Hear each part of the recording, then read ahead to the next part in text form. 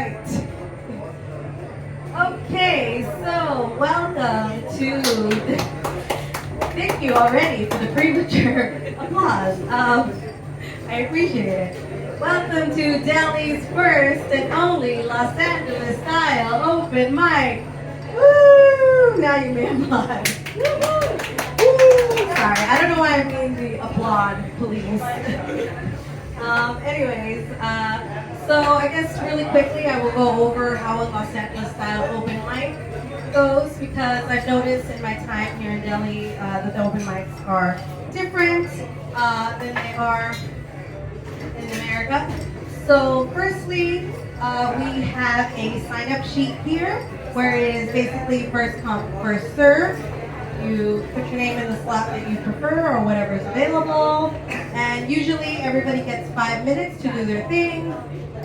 But since no one's here, you can take as much time as you want. And then usually at the 4-minute mark, you get the light. And then if you see the light, you must acknowledge to the light person in some way. You go, saw the light. You must acknowledge that you got the light. And that's your cue to wrap it up. Then you have 1 minute to wrap it up. And you wrap it up. And you never want to go over your 5 minutes because then you're an asshole.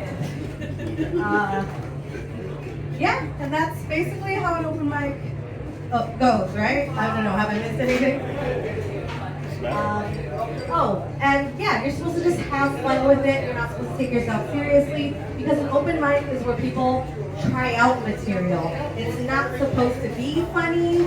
I noticed that the open mics here, people take themselves way too seriously, but I get it because you can't just go, hey, mom, dad, I want to be a comedian. And they're like, no, dummy, it's pronounced cardiologist. So I get it, but no. In Los Angeles, apparently we have the freedom to just be dummies. Thanks to the public education system. We are all dummies. Anyways, so I guess I'm number one on the list. So let's get started.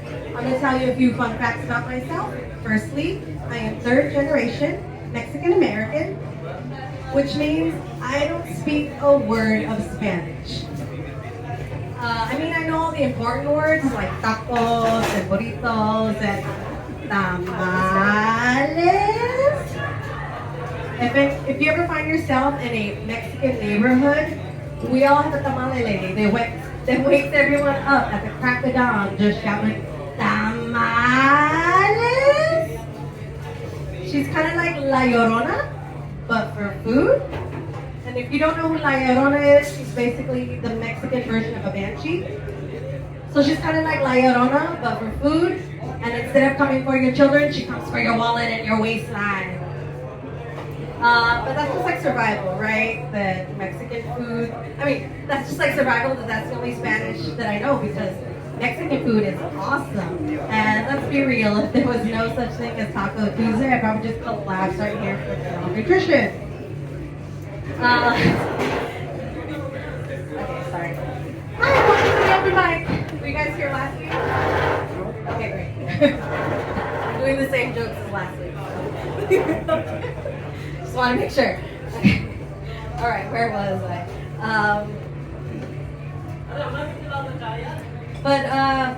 Being Mexican and not being able to speak Spanish made growing up in the hood really hard for me. Because I know I don't sound like it, but I probably grew up in one of the most notorious hoods. Are we familiar with Compton, California? That's right, Lexus. Straight out of Linwood. Linwood is a city right next to Compton. Different city, same vibe. In Linwood, you were either black or brown. There were no white people, which, come to think of it, kind of sounds like paradise. But yeah, the kids in my school, they could not fathom that I was Mexican and could not speak Spanish. So much so that it earned me the nickname White Girl, which isn't even that creative. I prefer the term Cocoa Nut. Brown on the outside, white on the inside. At least then I'm a tropical yummy snack. That's how you know you're white on the inside, when you're just like, um, but yeah, it was really difficult. Because imagine just day in, day out, people telling you, you're not one of us, you're white, you're not Mexican, go away, white girl.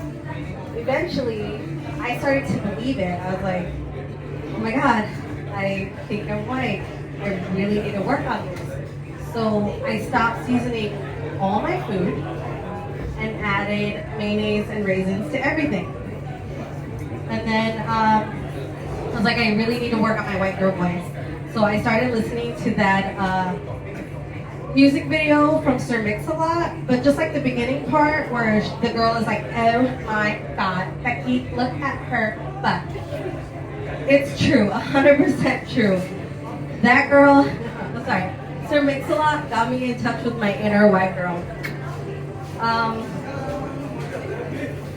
But then one day my world was flipped upside down when a white family finally moved to Linwood and a white guy showed up at my school, and then everyone started calling him white girl. I'm like, hello, I'm right here. So I was like determined to keep my white girl spot, and I decided to bleach my hair too much, and then it all fell out. And then I got a new nickname, which was Mini-Me from the Austin Powers movie. But like a true chingona, I didn't skip a beat. Anytime anyone was like, hey, yo, Mini-Me, I just turn around and be like, ee, ee, ee.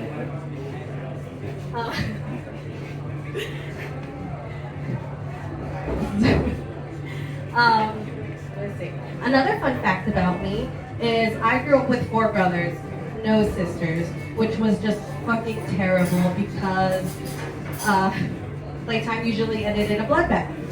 Just imagine, it's just way too much testosterone wafting in the air, making me a very confused child. I distinctly remember embarrassing my little brother in front of all his little friends by scratching his head and saying, my balls itch.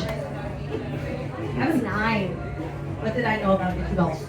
But yeah, it was terrible. If I ever wanted to watch anything girly, I would, any of my girly TV shows like Rainbow Bride or Sailor Moon, I was never allowed to watch that. Instead, I was forced to watch Batman or Spider-Man or some man with a superpower. I'm sorry. I am one of those girls who does not give a shit about superheroes. My main takeaway from watching all those Spider-Man cartoons is like, why is Mary Jane always wearing the same outfit? You're on a TV show. Get a stylist, bitch. However, there was this one episode of Batman where like Harley Quinn and Poison Ivy are like running around town being a bunch of bad bitches, just like fuck the patriarchy. I lived for that episode, you know? It was the first time that I felt seen within a man's world. And the moment I realized that I was totally vicarious, hey. But yeah, it sucked so much trying to get one of my brothers to play Tea Party with me because the Tea Party would suddenly turn into a home invasion. A home invasion to where Barbie needed to give up the secret recipe. If she didn't give up that secret recipe to what made her tea so awesome, then Ken was gonna get shot in the head. That's right, Barbie. You're about to watch the only man you've ever loved die right before your eyes. Now give us the recipe. See? Playtime always ended up like that. And I'm not talking about the time I threw a tampon on my brother in a rage. But now you guys know. Now you guys know the type of person I grew up to be. So naturally, I only ever dated white dudes. Because white dudes, they dig this. On the outside, I got that spicy Latina thing going on. But on the inside, they realize I'm just like them. Also a white dude. I'll give you an example of the time that my inner bro came out and totally ruined a first date. So we're at a bar, we're getting to know each other, and I quickly pound 4 cranberry vodkas because I wanted to know I fucked on the first date.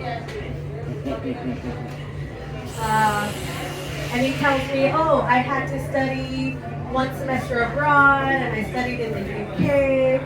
And at this point, I had never left California, never been outside my California bubble. And I'm like, oh my God, I want to know everything. Tell me everything. What did you eat while you were there?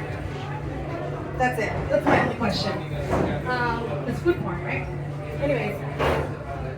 But then he tells me that he stayed at a hostel while he was in the UK. And I was like, whoa, hold up. You stayed at a hostel? I heard those are like non-stop sex parties. It's just like college kids hooking up left and right. Is that true? He's a little hesitant to answer. And I'm like, dude, come on. What countries did you conquer? And I guess because I was speaking bro, he felt a little comfortable. And he was like, France, Germany. And I'm like, not that impressive. Who hasn't conquered those countries? Know what I'm saying? And then he was like, Colombia. And I'm like, what? Hold up. You banged a Colombian chick? Nice. Colombian chicks are hot. Found it. And throughout the whole time I'm saying this, I'm like, dude, you want to be his hoe, not his bro. And ladies, if at any point during the day you say, pound it does not lead to any of the fun, pound it later on in the day. However, a high five after sex is completely acceptable. White guys love that shit.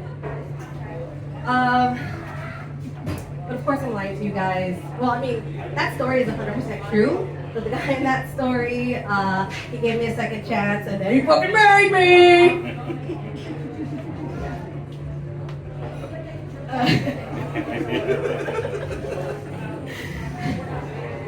But like every marriage, it has its challenges.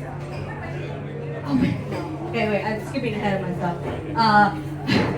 But I was so excited when I got to transition from Alexis Morales to Alexis Howell, right?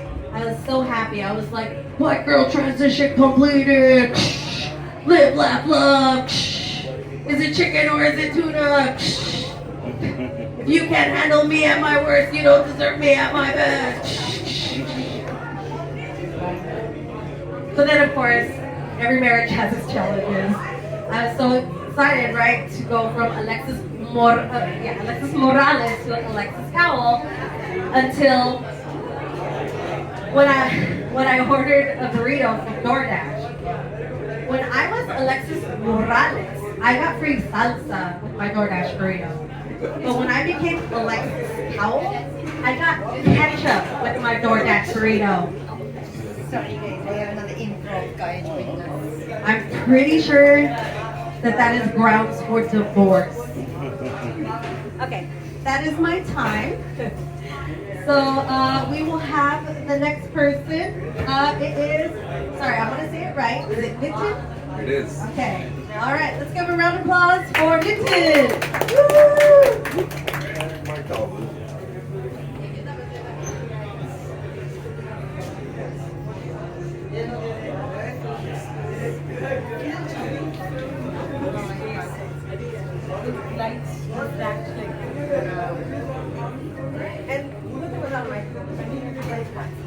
Hello. Thank you for listening to us random people on a Saturday evening. And well, hi, I'm Nitin. If you're wondering why I have a towel in the middle of the day with me, I recommend reading a certain book called The Hitchhiker's Guide to the Galaxy by Douglas Adams. A book which has been responsible for a lot in my life, including the best advice I've ever received. Don't panic. It's an advice which served me well, very well, between 2017 August and 2020 March. That's the time I wasn't employed. I just quit a job after 7 years of working my ass off. And I just wanted to travel without a plan for a year. But as you could understand, basic math, 2017 and 2020 was not just a year, it was a lot longer than that. But I wouldn't trade it for anything in the world. If I hadn't taken that time off, I would not be working on my dream project right now with the woman I love. We nudge people to build a reading habit, and if you already have one, come read with us. But we'll keep that aside for now. And I want to relate recite two stories from the time when I was unemployed, without a job, without a schedule, just living my life one day at a time. The first is back in November 2017. I was on a boat journey from this beautiful little place called Kolam in Kerala to Alapi. And it was an 8-hour ferry ride for 400 bucks, which works out to be the best ROI for a guy without a job.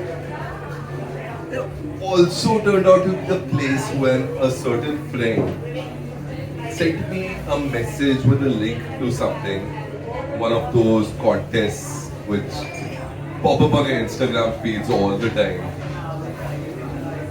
Do this, blah blah, do that, blah blah, and win something extraordinary.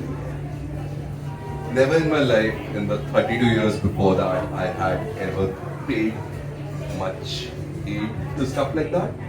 But that day, while in the middle of nowhere, in the backwaters of Kerala, I thought, why not? So 3 questions I answered.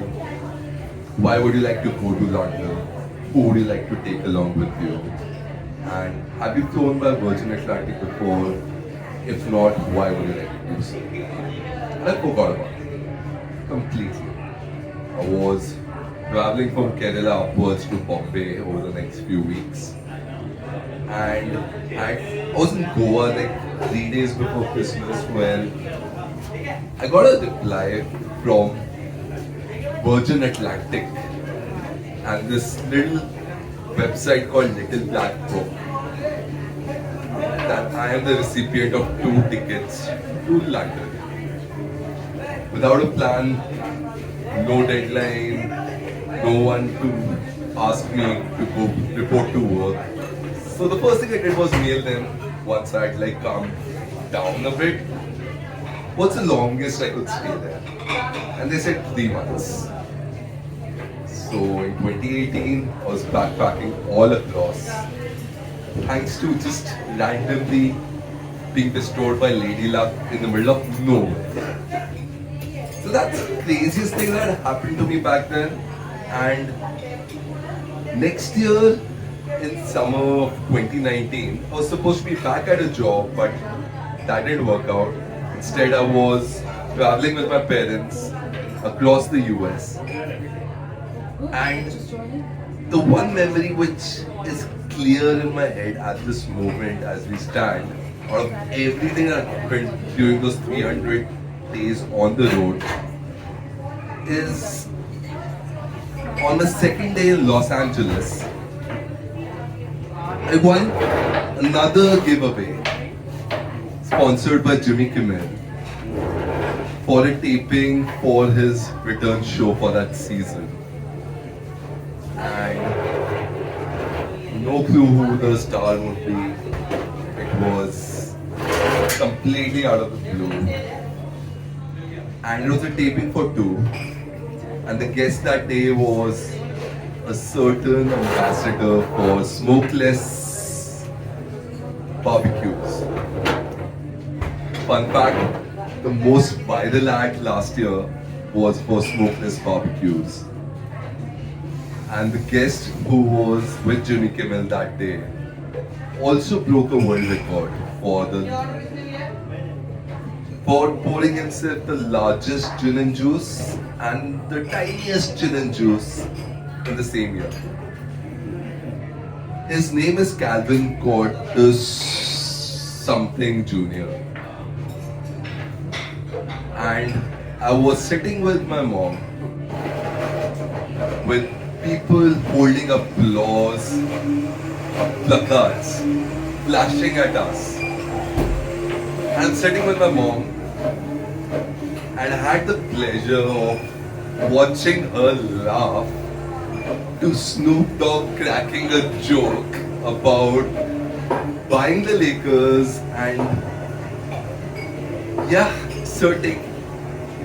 don't really want to say that on camera, but it was like very trippy.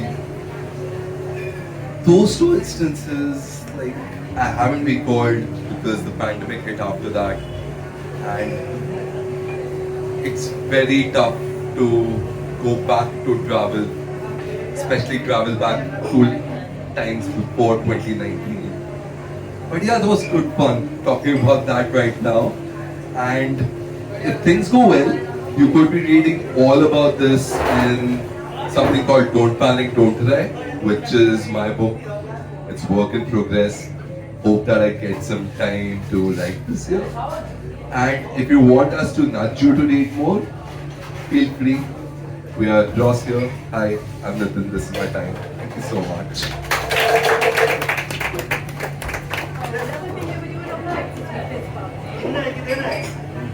So another thing that we do in Los Angeles Open Mics is we always fist bump whoever comes off stage or even on stage.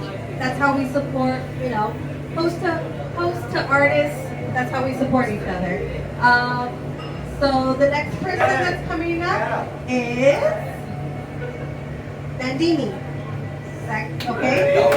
Feel free to correct me. Nandini. Give another round of applause. Is it okay if I read something? Yeah. Sorry, just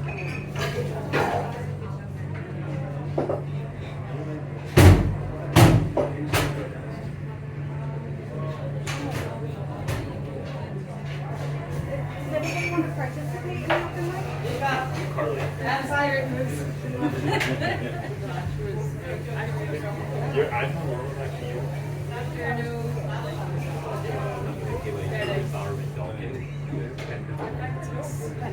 So pass it around.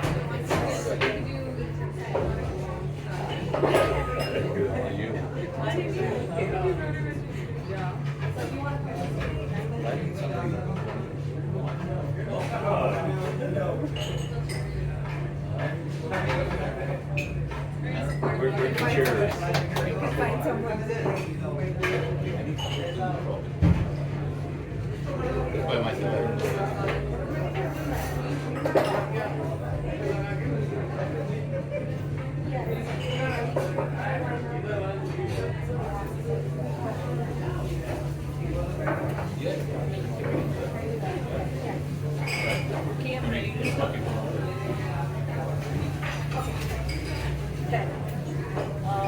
So, hi everyone, I'm Nandini, and this is something that I'm just reading out.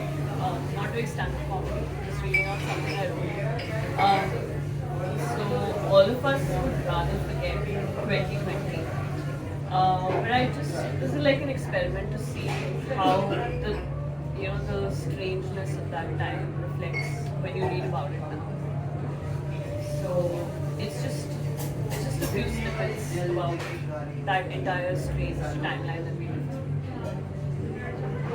through. We walked into 2020 expecting the roaring 20s 2.0, expecting a version of this, which is, flapper girls and lots of alcohol and lots of fun and lots of parties and the start of a new decade.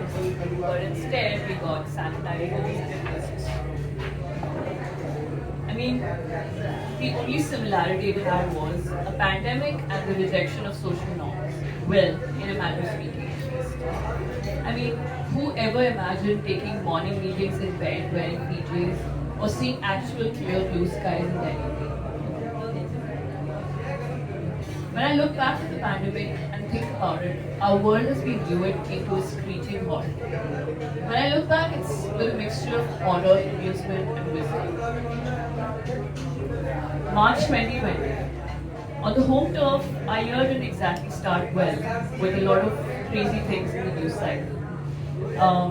We all heard of this curious new disease called coronavirus. The memes about beer and hand washing started and we waited. We had gone through swine flu, avian flu, and Ebola by this time, and those times felt rather brief because the world would always find a way out, wouldn't it? Most of us were in denial for a very long time. Yours truly at this point was to move back to Delhi after nearly a decade, start a brand new job at a brand new startup, travel to Bali in April with someone new and exciting after months of heartbreak, get back to all the things I love, like creating, reading, plays, concerts, thrift stores, street food, and curated events. But well, woman proposes, pandemic disposes. We all know how the story goes for literally anyone with any sort of plan beyond March 2020. Looking back now, this was written in 2021. So looking back now, it's hard to think it's just been a year. Our world pre-2020 seems so quaint and unrealistic and far off. While it's a year most of us would rather forget, it's also been one that took my journey and growth through this random, crazy, sometimes beautiful mess called life into fast forward. A look back at the pandemic, one piece at a time. Brace yourselves, it's going to be one hell of a ride. For those of us, like me, who had turned freshly single just before all hell broke loose. Me, I think I'm ready to date again. The universe, oh yeah, releases worldwide human virus preventing all human interaction. Me, well played. When the nation went into lockdown, something told me this wasn't going to be easy or temporary. So I started a project on Instagram that was to write about one word every other day for a month on the terrace wall of a house that would mean something to anyone who read it. So words like peace or solitude, things, just taking one word a day that would kind of help you think beyond panic and beyond like wondering if the world's gonna end. There was this constant shift from feeling trapped both by the pandemic and the person I lived with at the time, to guilt over my relative privilege as a person with an income, place to live, and internet, which were actually quite big things during the pandemic. May and June were turning points, not just in the national lockdown, but for me personally. I was finally able to set myself free from a lot of toxic situations, free to live in my own space, and yet too free, because that freedom came with near complete isolation from the outside world and from humanity. I now have a slight understanding of why solitary confinement is such a cruel punishment. There are a lot of things that are terrifying in the world, but nothing more so than being completely alone with just your thoughts. Every feeling you buried, every thought you brushed aside, every little piece of your past come to haunt you. Because now there's no daily routine or chaos to bury yourself in. The voices in your head have free rein. The dark places you once buried in some corner rise up and dance around in there. Yet there's so much honesty in the pure, unadulterated confrontation of your deepest self. You start to realize aspects of yourself that you never paid attention to, but deep down always knew existed. You realize there's a reason listen to that gut feeling is the most useful piece of advice ever. You unlearn, rediscover, laugh, cry, mourn, wonder. And hope becomes a matter of survival, even to the biggest self. On the plus side, I've discovered something new, that cooking's a life skill, regardless of gender, and isn't hard at all. Plus the satisfaction of that first bite, thinking in disbelief, damn, did I really make something this good? It's quite unmatched. There was a time when I just hid from the news and realized how much privilege there is in doing that. After a point, the graphs and numbers seemed like a blur of people. Lives, families connected to those lives, and the cruelty and unfairness of this world both made me burn and made me cynical. Yet, I hoped. To this day, I do not know how I had it in me to do that. And yes, I did discover the joys of baking, albeit on a retro oven that's the exact same age as I am, positively aged.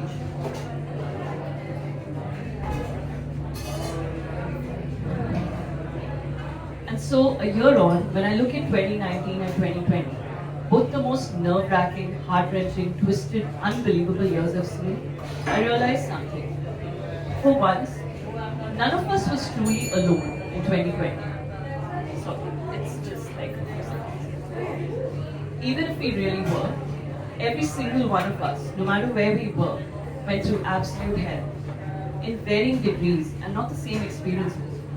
Under the same sky, looking up at the same stars, wondering the same thing, will this ever end? Not knowing one another, in different parts of the globe, different countries, cultures.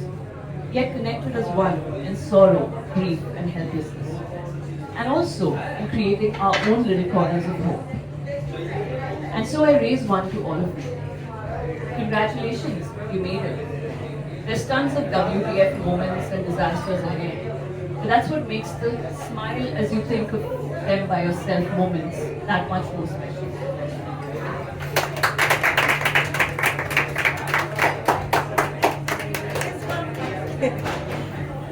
Okay. Oh, sorry. Let me get the sign up.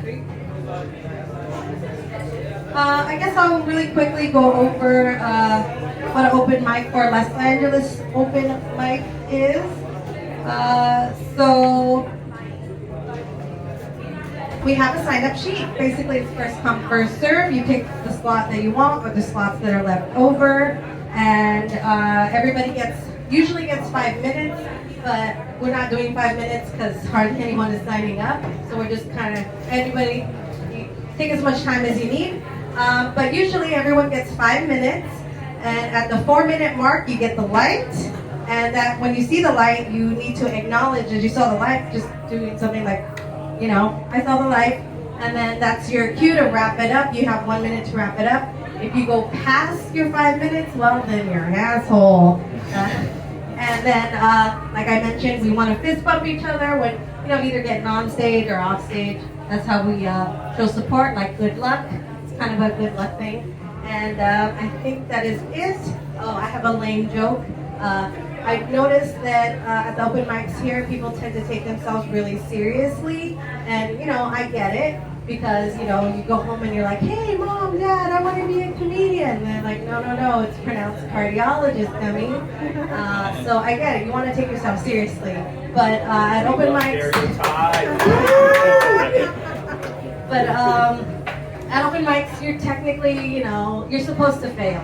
That's, you know, if a joke doesn't land, that's your cue to go home and cry. And then come back, work on it, and hopefully it's better. So that's the whole point of an open mic, to make you stronger. Okay, so next person, who's coming up? Oh God. Rahim? Rahul. Rahul. Wow. That's Yeah. you? That's me, but are we... Okay, well, who else is doing the game? Can I invite people to the... Yeah, Or it's the fun. fun game? We're doing We the find out. Great and Powerful Oracle game. I don't know what that is, but I volunteer myself as well. Yeah, it's a very simple game. Anyone can do it. Anyone. Yeah, You want to do anybody. it? It's anyone. Anyone can do it. So low. This is Improv 101 game. That means anyone can do it. Cool. But we need 3 people. Oh, Silver's coming. Yeah.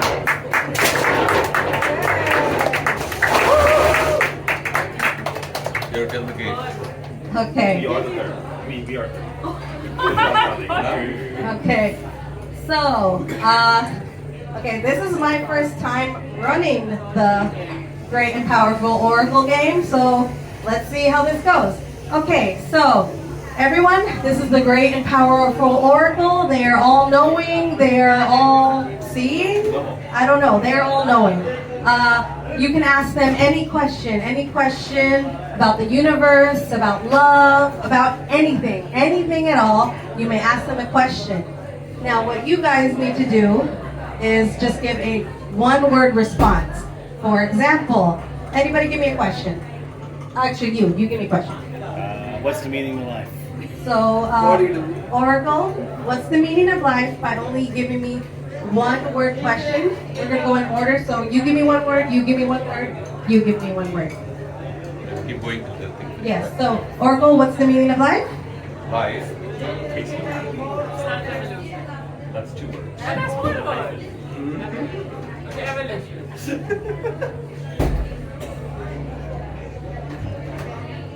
So maybe we start We're again. going again. Yeah. Yeah, It has to Fast, make- rapid fire, is that- So it has to make a sentence. It has to make. Yeah. Yeah, it's not You didn't so- say that. Yeah. So it has So to. just give me one word. So one word, but it should. When Makes we finish. sense. Time to Oh, Yeah, so then it it's becomes So the answer. first, but you, let's have fun with it. The Yeah. first word that pops into your mind.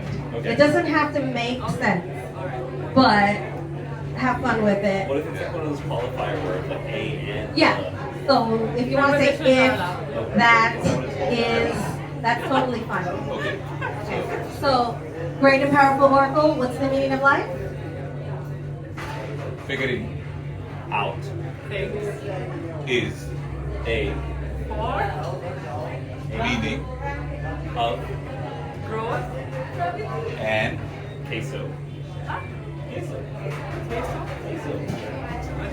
Is that cheese? I heard queso. Yeah, this is like, I was like, is he speaking Spanish? Even I'm thrown off. Queso achievement. Queso achievement. That is the meaning of life. Everything is better with cheese. Thank you, great and powerful oracle. okay. Okay, does everybody kind of get the gist of the game? All right. So, does anybody else have a question for the great and powerful oracle? Plus. Yeah. What's better, order or chaos? Otter or chaos? Order. Order. Yeah. Order. Sorry. Okay. Order or chaos? Okay, great and powerful oracle. What is better, order or chaos? Chaos Absolutely. Is. better Because It's. signifies more Entropy. and Chaos order. What was it? Entropy is I'm like trying to understand SAT. What does entropy mean? disorder. I remember Daniel Caesar. Chaos is chaos. Oh. Sorry, I failed my SATs. That's okay. Yeah. Okay, so very much order is what is better. Order is. Oh, the word was order. I thought it was Chaos is better. Chaos. Chaos. Chaos is better than. Yeah, Chaos that is better than order. Chaos is better than order, according to So- the great and powerful So oracle. we'll play one game. We'll play one more game. Okay. So this game is an ABCD game. So any topic, somebody gives topic. One person who starts will start with letter A. Next person has to say with B. But the story has to continue. Oh, any. Yeah, so you have to make sense. Oh, this The is story so has to make sense. Oh, this is so hard. Oh, come on. Come on. I'm You know the done. alphabet? I barely know the alphabet. Anybody want to play this game? Okay, let's try. Yeah? Just start a sentence with A. Yes. And So, ah. yeah. So any topic, Take my spot. Yeah, yeah. any topic, right? Any topic. Okay. So we can go, people can play, right? But we take a topic. I will start, and she has to start with. He starts with A and starts with B. She will say with C. I will say with D. It has to make sense with the word. But yeah, we have to kind of come to a story, right? And we go all the way till where we Try our can best, go. guys. Okay? All right? Yeah. You can hold the mic. I can speak without. Yeah. So any topic, anything, any situation, anything. Romance. Romance. Ah. That's your word. Is. Is romance. No, B. A, B, yeah. Yeah. Has to make sense with the last word. Yeah, that's a story, right? Story is coming up. Became.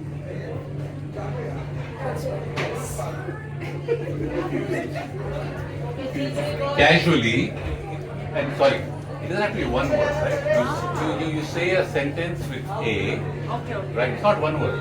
You say a sentence and then you go with the. So, okay, so I'll start and then we, so one full sentence you can think. Yeah. Can we also join? Yes. You want to As a join? team. Yeah. Of course. Yeah, we're a team. We're a Oh. team. Yeah, D, E. No, I mean, we haven't done yet. D-E. No, we do D together. Okay. So you have to say a sentence, right? And then you have to continue to make the story. let's So all what do is it. what is improv? I just did 3 workshops of improv. I'm learning. But improv is you creating. I'll do it. Let's all do it. Huh? You can team up. You can team up. Yeah. That'll be fun. Whoever Yes. wants. Yeah. So improv, guys, with improv, we create in the moment, right? So it's very important. One skill of improv is you have to listen. Right? You have to listen what the other person is saying. Then you can connect, right? And the second part is to build on it. It's called yes and. So you're building. If I say something, so in this thing we are building on it. And so then the story goes forward. Yeah. Okay. So who else playing? Okay. They are a team. All right. They are a team. Okay. She's Very will clear. you play? Just remember the alphabet that comes next, Alexi. No? Oh, come on. She has gone to a workshop. Come on. No, I'm very bad at it. How about teaming? All right. Team up. You guys are a team up. Okay. So let's have a situation. Give a situation. Let's start from scratch. Just situation. Vacation. Vacation.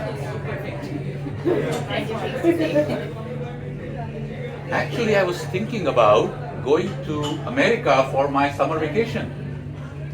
Beaches. That's what appeals to me the most. Candy floss, lots of skateboards, surfing, the nice weather, all came together very nicely that day. Diving deep into the ocean like there's no tomorrow.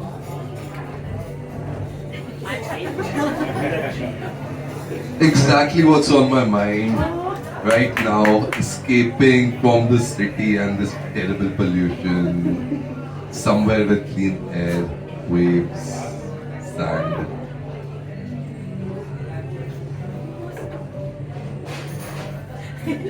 That's all like I'm bad at it. She can take yours. That's okay then.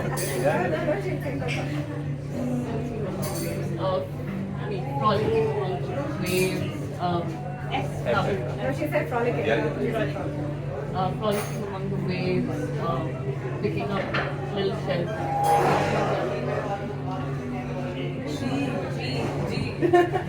Hosting. All the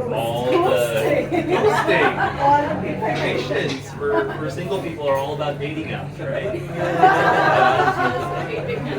Hinge, Bumble.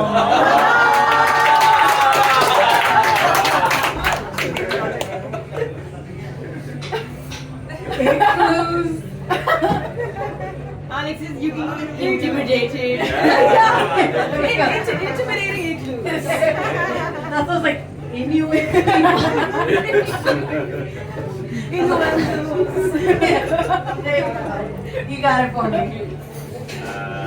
Let's see.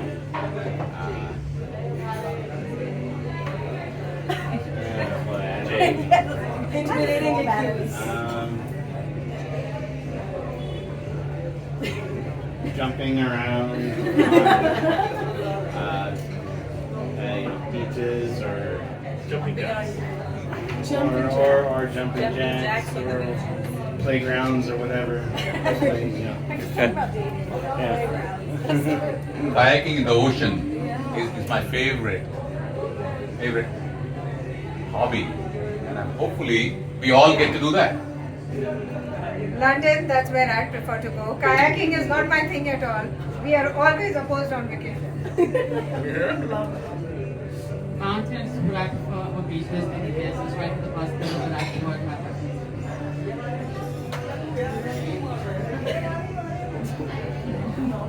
Not doing London or the mountains. I'm just staying in the city instead. Oh my god, I disagree.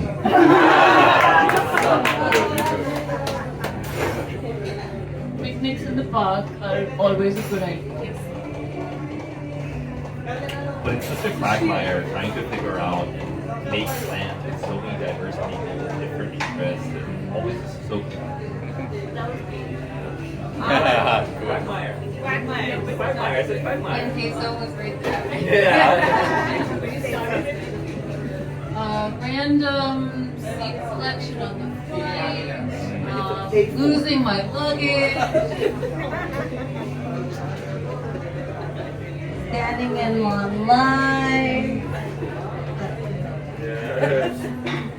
Tracking your flight, being rerouted to another gate, and later begging for the flight credit because they booked too many people on said flight.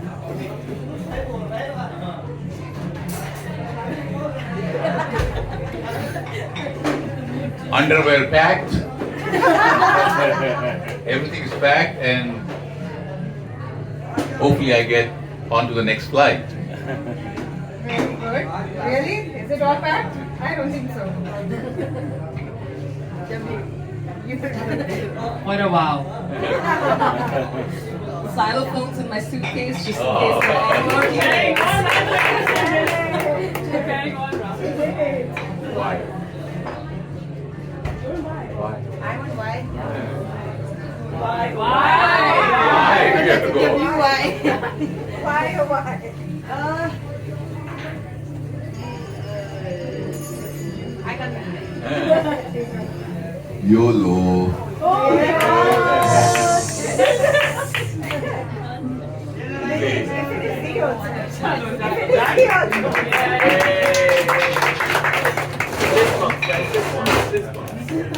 Fist bumps all around. All right. Does anybody else want to do anything? There's someone on the list. There is? Oh. Okay, Sudhanshu and Carly? How are you? Yeah. Okay, am I saying it right? Sudhanshu? Yes, absolutely. Okay. Please correct me. I'm Mexican, so I get it. There'll be stereotypes, don't worry. You ready for this? Yeah, let's start. Well, why are you? Wait, what? You know, honestly, I thought you would leave me hanging and wouldn't help. But I gotta give it to you. Go, Carly. Risking your career at this. Wow, and there's also a videographer for you, so we're gonna send it to whomever your boss is at this point. Hey, everybody. How are you guys doing? Very good, very good. Awesome. So thank you for explaining what LA stand-up is. It seems like any normal stand-up. New York. I don't know, does Denver have stand-up? The question is, does Alabama have stand-up? Has anybody here ever been to Alabama? Mobile, In what Alabama. way? Mobile. In Mobile, we do mean Bama. That is how the lyric goes. Yeah, Alabama, big difference from Delhi, yeah? The reason she brings it up is she's making fun of my roots. I was born and raised in Arab, Alabama, actually. Arab. A-R-A-B. That is the official census name of this little town. I think in the census of 2000, they had 9,836 people living in Arab, Alabama. And funny thing. Go ahead. And how many Indian restaurants can one find in the vicinity of Arab, Alabama? Forget Indian restaurants. I think diversity is what we're counting. How much diversity can you find in Bible Belt, North Alabama, which was two. My brother and I, Devanshu, right here. It's really funny. If you go back to the census data of 2000, you can look at like the basically profile breakdown of demographics, and it's like 99.99% Caucasians, and then you have like 0.1% Asian Americans. Or what do they call us? I don't even know what's our demographic. Oh, it'll break basically when it does this. Okay, maybe we can use the chairs. Look at rude people ruining our little stand-up. Now we sit down. What? Oh, I forgot to laugh. I'll laugh next time. No, this is super exciting, and I think Alabama was great for me. Was it great for you? Into Alabama. I'm not sure you ever have. It's kind of mythical, though. Why is it mythical? Wait, I didn't know that was South Carolina. I mean, still racism and people there, but yeah. No, I mean Alabama is Martin Luther King Jr. is civil rights movement. It's like the change of an era. But you would have witnessed like where we ended up, I guess. So the thing about Alabama, two things. One is that I dragged Sudhanshu into this because we're in India, and Sudhanshu also has very deep roots in India. He's from Haryana. So I like to elicit what U.S. perspective. Two bumblefuck places in both states, by the way, Alabama and Haryana. But so this is me forcing out some of his Americana. But you have really good stories about Alabama too. Really like introspective stories. Do you want me to share them? Yeah, I don't know. Do you want me to share them? No, I'll I'll share put them. more spin on it. No, I mean, I can put a little flavor to it. You know, introspection is a really interesting word. See, I like to say that I was born, raised, and scarred. in Alabama, deeply. I put up a good front face, but I'm fucked up in the head, for sure. My brother knows I'm fucked up in the head. But I primarily source it to Alabama. Even, me and my white people thing, I think that is also sourced from Alabama. You remind me of someone from Alabama, actually. My first crush in 8th grade, Erin Whitlow. She had the same hair and everything. Maybe that's why I hang out with you. Do you have a Valentine's Day story from Karen? No, it didn't get that far. I actually really wanted to ask her out to homecoming in October. And she said she couldn't because her parents wouldn't let her go out with a Hindu and a brown skin guy. This essentially is how all of Sudhanshu's stories about Alabama are going to go. So Yeah. either you buckle in. I mean, do you expect there to be some nice little oh my god, I found myself in Alabama in midst of oh, by the way, my town was a sundowner town. You guys know what a sundowner town is? Not a great one. Okay, so basically sundowners is not by the time we were growing up, but maybe only 10 years before. They were called sundowners because if you were a person of color caught outside of your home, etc., it wouldn't be the KKK that would come after you.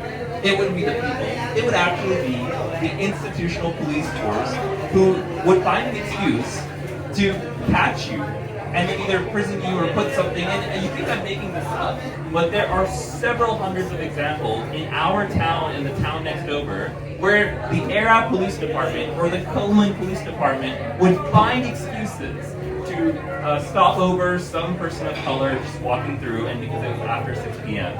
And they would either ticket you for something quite random, find an excuse, or worse, actually take you in.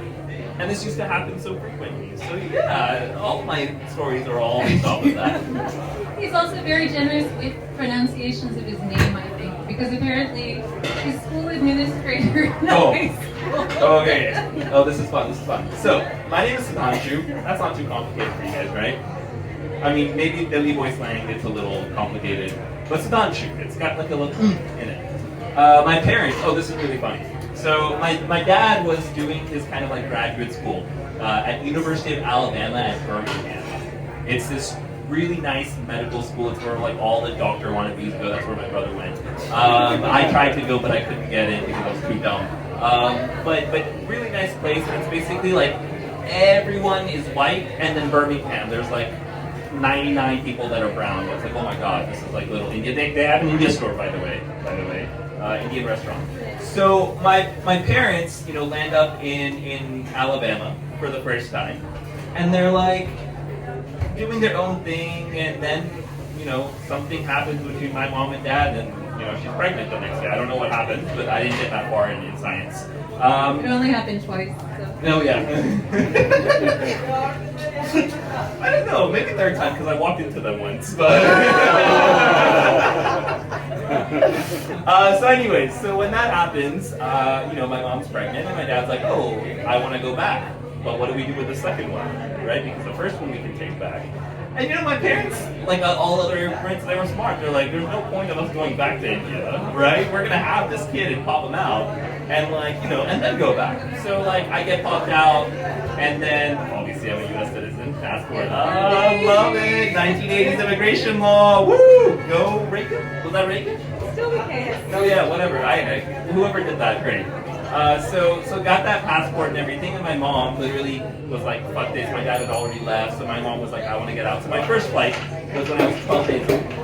Literally, my mom did not take me back to the hospital to the home from the hospital. She took me to the passport office so she could get my passport made, get everything done. And when I was 12 days old, my first flight was back to Delhi. All that happens, and then, as I said in the introduction, I'm actually from Haryana, which is equally as bad as Alabama, but on the opposite side. Oh, no, I'm not talking about Gurgaon, Faridabad, bro. I'm talking about Kathal, Haryana. Wait, I'm not. Okay. So, pretty bad. So we raised there, and then my dad was oh, this is not going well. What did I do, right? I brought these 2 kids to be brought up in Haryana. What? Out of all. So, he has this brilliant idea of sending us back to are in Alabama because that's where my theology was, right? And he's like, but I want to pursue my career here. Mom, you can go back and forth. Let's potentially put them in some sort of boarding or day boarding school. And at that time, internet did not exist. I mean, it did. It just did not exist for Indian parents, right? Because at that time, the internet was like basically your eyes are gonna go bad. It was like that's it, right? We could not use internet. Glasses. Glasses. And it's funny because my mom and dad are more hooked to the internet now and like their phones than I am. Like last night, my mom was staying over, and in her little gumball, she's cold, right? She's literally like looking at WhatsApp videos of some like religious preacher. I'm like, Mom, what is happening? But so my parents, they were like, no, we gotta educate these people because obviously Haryana mein higher education the whole thing, right? As in like, white people, because we don't have schools in Haryana. That's what it is. So they didn't have the internet, so they had Yellow Pages. So they turned to Yellow Pages and they saw boarding schools, right? They brought Yellow Pages to India. This is back, right? They were trying to find options. So they go through Yellow Pages and they saw boarding schools or schools, etc. And there was one school that they fell in love with. It was called Indian Spring School. And my poor parents did not realize that it wasn't the same Indian that was they were thinking about. They thought, Apne Logan, Indian Springs. So what they do is they called it up, they pay tuition, everything done, deal, whatever, send us off. It's not until we get there, we realize why it's called Indian Spring School. Basically, so Bible Belt, right? Also used to be Crop Belt. Basically, it was colonial times, etc., whatever. So all these people here, 4 or 5 generations ago, used to own slaves. And those are my classmates, and this is this very exclusive school, right? Which started, right, because of the colonial kind of aspect. They have these really nice buildings, etc. And once kind of the civil rights / everything happened, there was a push to figure out what to do with the school because there actually had historically been lynchings, etc. on the school. So they're like, we can't give back the school, we'll rename it. And they didn't want to rename it after an African American, absolutely not. And they also realized that this is where the Trail of Tears had started from the Alabama, so it was Cherokee land. So they decided, we'll keep the school, we'll keep all the assets, we'll send our own kids there because we'll make it really pretentious, but we'll name it to fuck around. And that everyone, if you're not going to run for office, should vote. Oh, you want to hear about my first time trying to vote story? Actually, in America. So she's right, I'm very passionate about civic engagement, but it's all sourced. Everything bad in my life and some good is all sourced from Alabama. And basically the first time I tried to vote was Barack Obama's 2008 campaign. 2012 campaign. 2008, I just volunteered 2012 campaign. And I was so excited, right? Like the person of color, this and that, getting him into office again. For us, it was great. I think in my town, I think there were like 5 people who voted for him. I don't even know who the other 4 were. Actually, I don't even know who the other 5 were because the first time I tried to vote, I couldn't get myself to vote. Because I went to the polling booth, and I remember it was at the rec center, the YMCA kind of rec center, and I saw everyone around, and I was like, I know all these people. And they knew who I was trying to vote for. Boy. And I was just like, I couldn't get myself to actually go and vote because it wasn't they weren't going to do anything. I never faced any physical assault or physical racism. That's never, ever. But you know that judgmental eye that you get from like a Dilli auntie? Imagine that, but like 12 times worse. Especially when it comes to politics.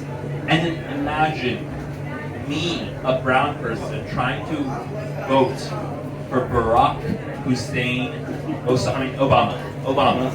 Imagine. Right? So that is when I realized the fear that wasn't directly there, but behind me, that really instilled the value of civic engagement. Are you being bored? No. You're a diplomat, aren't you supposed to be like, wow, yeah? You're not representing America very well. Okay, I'll try. Unfortunately, we're not from Seattle or something. Well, there's some good things too. I mean, I'll think of them and I'll make it up. The food from Alabama. Oh no, there's no, actually, not the food, but you remember Moe's Southwest? We couldn't find it in New York. The Moe's Southwest Grill. That's like a ripoff from LA. There's California burrito now. No, yeah, California food really good. Yeah. Really good.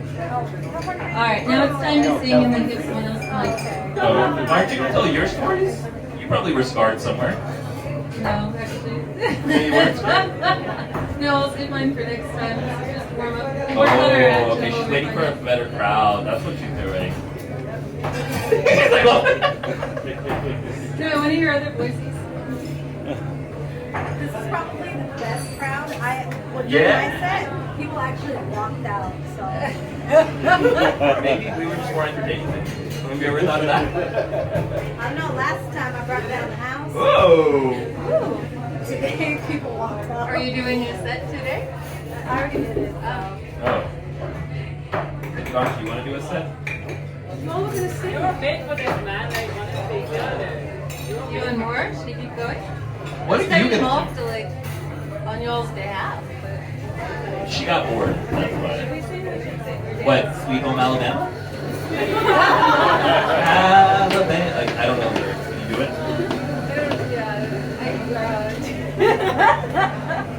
Dude, you're funnier than this when you're not in the mic. From Alabama with a banjo on my knee.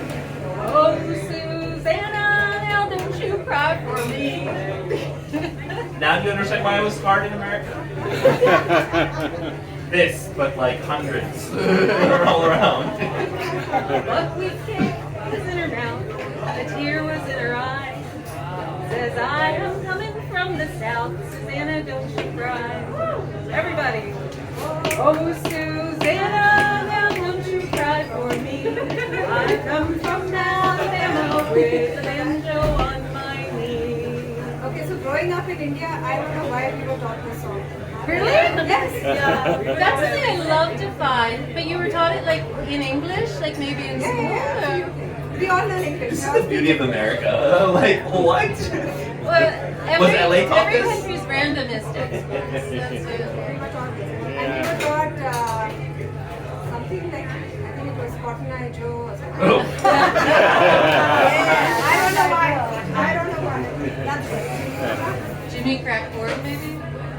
Which one? I mean, Cotton Eye Joe was global, but Jimmy Crack Corn was like. Yeah, I was surprised to learn We Shall Overcome.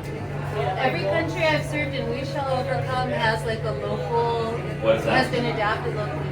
We shall overcome. Which you also No,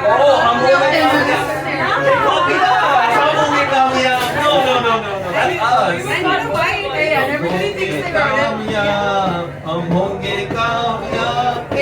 जाने की तो याद हो वो जो Yes, the banjo, you do the banjo on my knee thing when you sing भी जाने की तो याद What was the Carly? You sent me a little link. I think it was like old. Like, what is the song about Ayodhya? Sorry, trigger warning. Whoa, maybe I'm supposed to say it before I actually do the trigger. Yes, did people see this with Almost Heaven? I saw the Country Roads one. Yeah. Is that the one? There's a Country Roads version. Yeah, I think It's it's. quite moving. There is. Oh, Rama, stop my child. This is the greatest I content. don't have version. Take the place where I am. The roads of America. Yeah, no. I'm gonna play it because it's like so good. Sing along to this place. When the mountains echoing his divine plans, life's ancient stories in the trees. Sri Ramachandra's glory is timeless as the breeze. Ayodhya road, take me home to his abode, where I belong. Sorry, you river, Hamagani, take me home. You're the road. catchy, You no? can't do anything with too much sincerity nowadays. Everybody piles on it. How do I unhear that? Do I what? How do I unhear that? No, you're scarred now. Come on, it builds character. Should we play another game? What else, Sukun?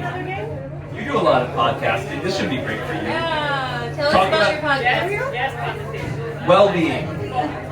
Well-being. Well-being. There's another theme that you do in your podcast that I'm forgetting. Well-being and it's not self-help. That's too basic. Can you give us some tips, some well-being tips? Like, I've talked about mastering your mind and managing your relationships. Yeah. Yeah, we could use it. I was gonna say impact investing, but I was wrong. Yeah, mastering your mind. I just got an app for that.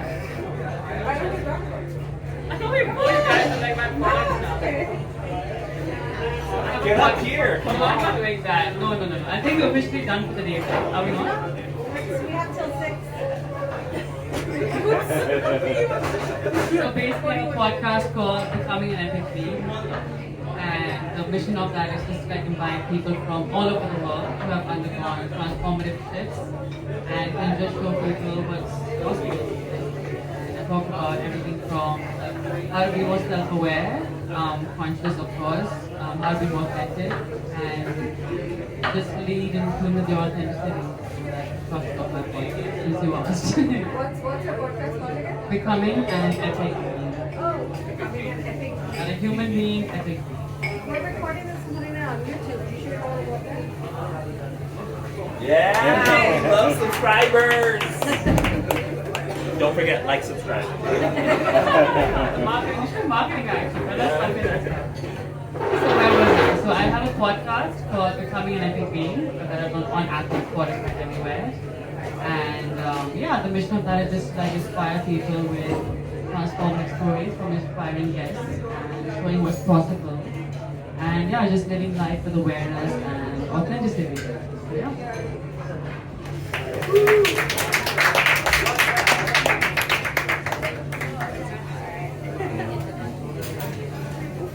Get us So, some talent. What if we have a medical emergency? Can we do that? Yeah. anybody else want to go up and do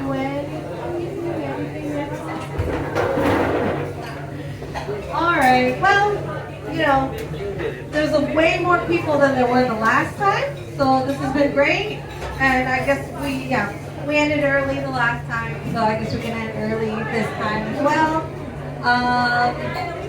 So we're gonna have this every Saturday. It's from 4:30 to 6, and if it does need to go on longer, it can go on longer. But hope to see you guys all next time. Yeah.